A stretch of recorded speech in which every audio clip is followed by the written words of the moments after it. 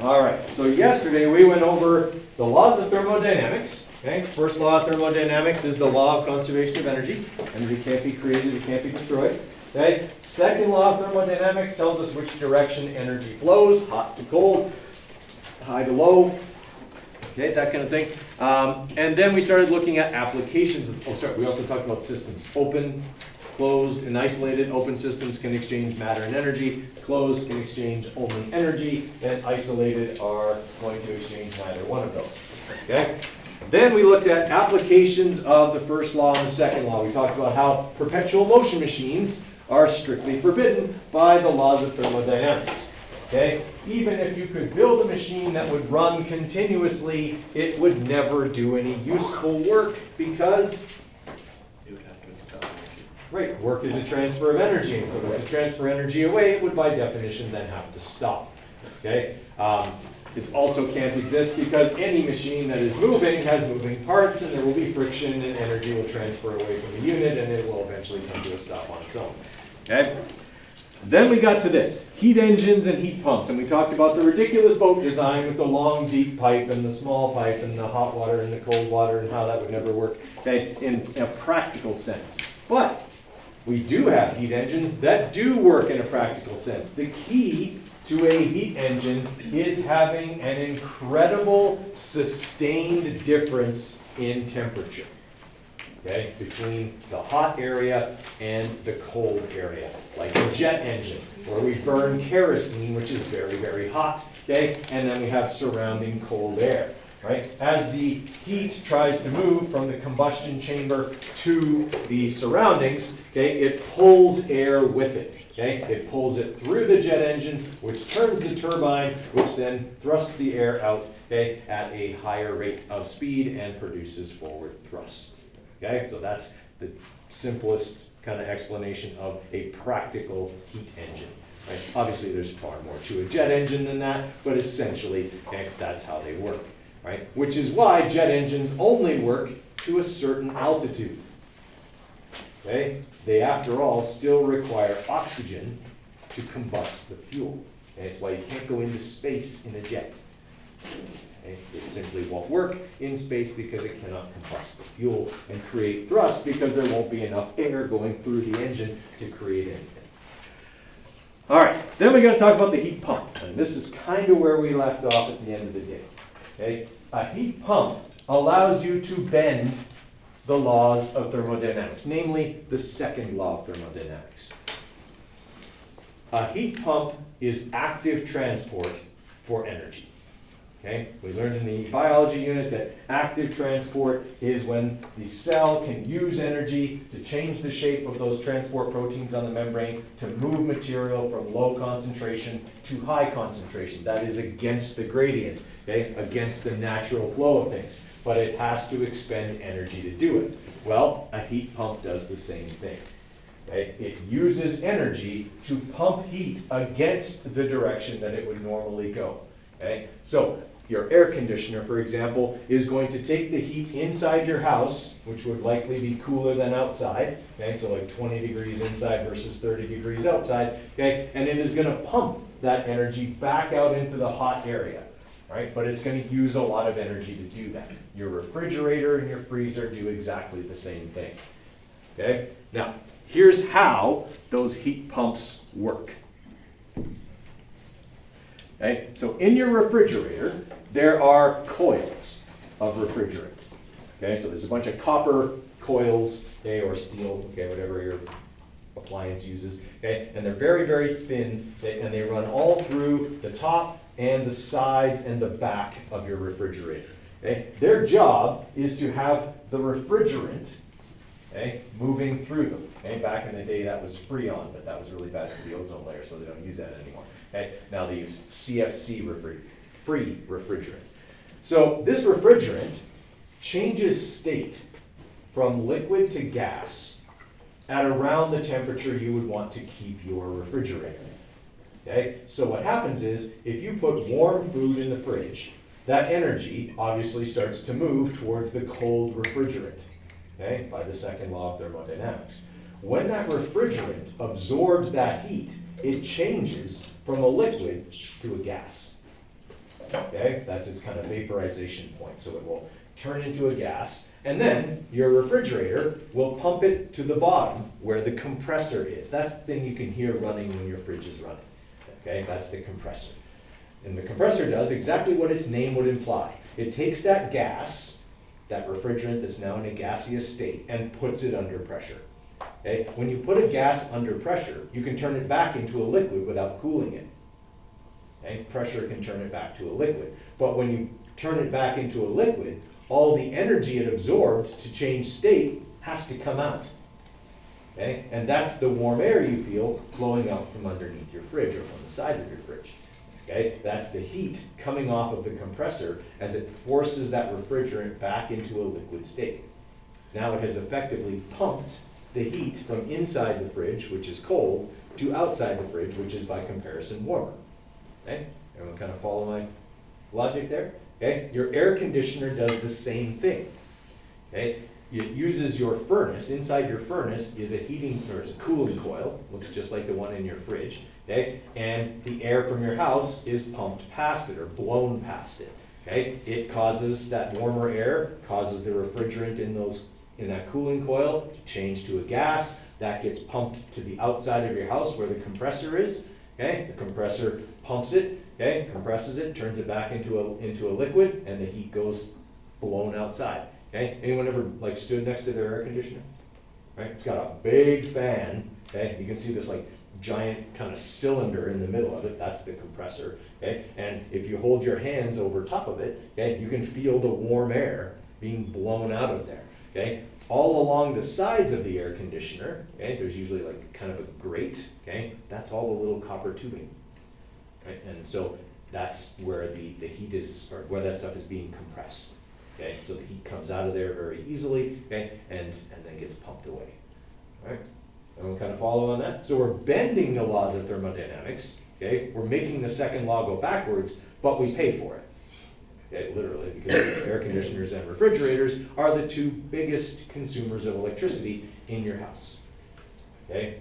Going against the laws of thermodynamics uses a lot of energy. Okay? Now, we can only bend the second law. We can't do anything with the first law.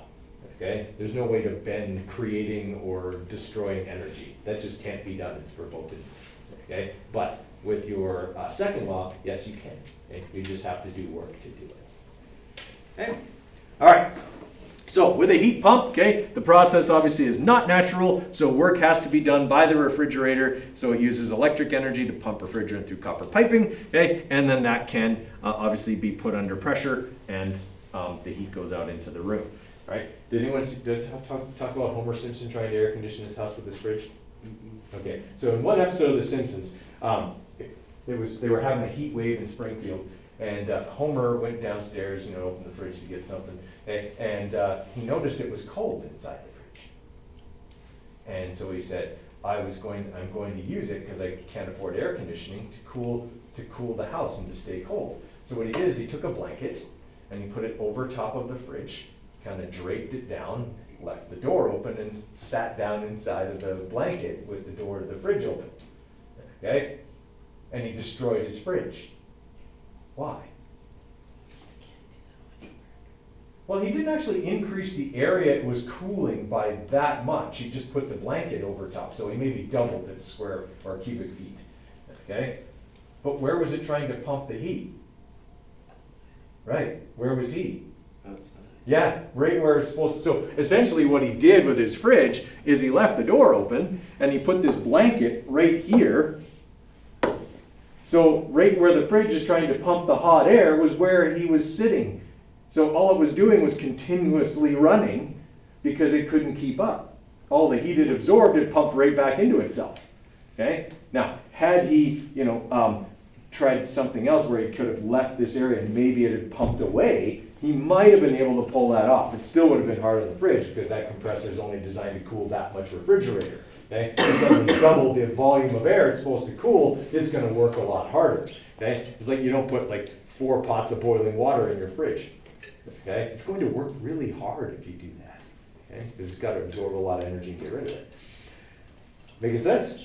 Okay, so you cannot use your refrigerator as an air conditioner by leaving the door open. you will simply destroy the refrigerator because it will simply cycle continuously because it's constantly going to have the hot air it's absorbed go right back in because of the second law of thermodynamics. Okay? All right, so that's how heat pumps work. Okay, what I would like you guys to do right now is the circled questions right there. Okay, some of these are going to require like a couple complete sentences or so, okay, to do a good job of them, right? And then we'll go over those in a little bit. Okay, what's the first law of thermodynamics? Energy can't be created or destroyed. Energy can't be created, it can't be destroyed. If you add energy to a system, it's got to be converted into other types, okay, all that kind of stuff. But yeah, it's the law of conservation of energy. Okay, what's the difference between work and heat? Is a transfer of thermal energy or work involves movement of matter? Right, so heat is a transfer or change in thermal energy where work moves matter. In other words, it changes mechanical energy. Yeah. Okay, they're both changes in energy, it's just the type of energy they change is different. Okay, identify whether each of the following is best explained by the first or second law of thermodynamics. A bouncing ball eventually comes to rest on the floor.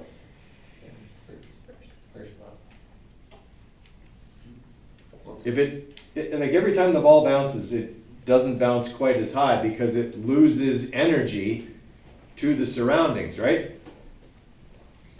So isn't that the second law? First law would say, like if it was a perfect isolated system, that ball would bounce forever. I'd drop it once and it would just forever and ever and ever because no energy would ever be lost to the surroundings, right? If it was an isolated system and energy can't be created or destroyed. The reason the ball stops is because energy is transferring away as sound and heat and all of that kind of stuff, and that's why the ball bounces a little less each time. Does that sort of make sense? Okay. A metal spoon eventually becomes hot when placed in a pot of boiling water. Second law, also safety. Don't use metal spoons in hot water because they conduct heat very, very well. You should use a wooden spoon, okay? Or plastic spoon. Energy cannot be created or destroyed. Third one. Yeah. Okay. All right. Number 7, state the second law of thermodynamics. Energy flows from? High concentration. Or high to low, hot to cold. Yeah, as long as we're implying something about the one it starts at being greater and the one it goes to being less. Okay? All right, number 9. Water is observed to condense on the outside of a cold glass. Which way is the energy flowing? The hot water vapor is going towards the cold glass. Right. It is going from the surroundings to the glass. Okay. Water vapor in the air has a lot of energy, both latent as well as drawing a blank on the word. Oh, I hate when that happens. It'll come to me later when I don't need it. Okay, but it has both kinds of energy basically. Because of its gaseous state, it has a lot of latent heat. Sensible heat, that was the other word. Sensible heat is the kind you can feel. Okay, so it has both. And when it comes into contact with something colder, naturally energy wants to flow from the high energy water vapor to the cold glass. But when it does that, the water loses enough energy that it changes state back into a liquid. Okay, and that's why it condenses on the outside of a cold glass. Okay, everybody with me there? If the glass is cold enough, like you just pulled it out of the freezer, okay, the water doesn't just condense it freezes onto there. Okay, like so it'll condense first and then it'll rapidly also freeze onto the glass. Okay? So that is a sign that energy is definitely going into the glass. All right, which law of thermodynamics best describes the following statements? You can't get something for nothing. 1. Yeah, you can't even get close to getting something for nothing. 1, still 1. Okay, you can't create energy, you can't destroy it, no matter how hard you try. Okay, a rock will never suddenly jump into the air. 1, yeah, all of them are 1. Right? Thankfully, rocks never just suddenly jump into the air, because that'd be a scary world to live in. Right? Could be ambushed by rocks. All right, questions on any of those? Okay.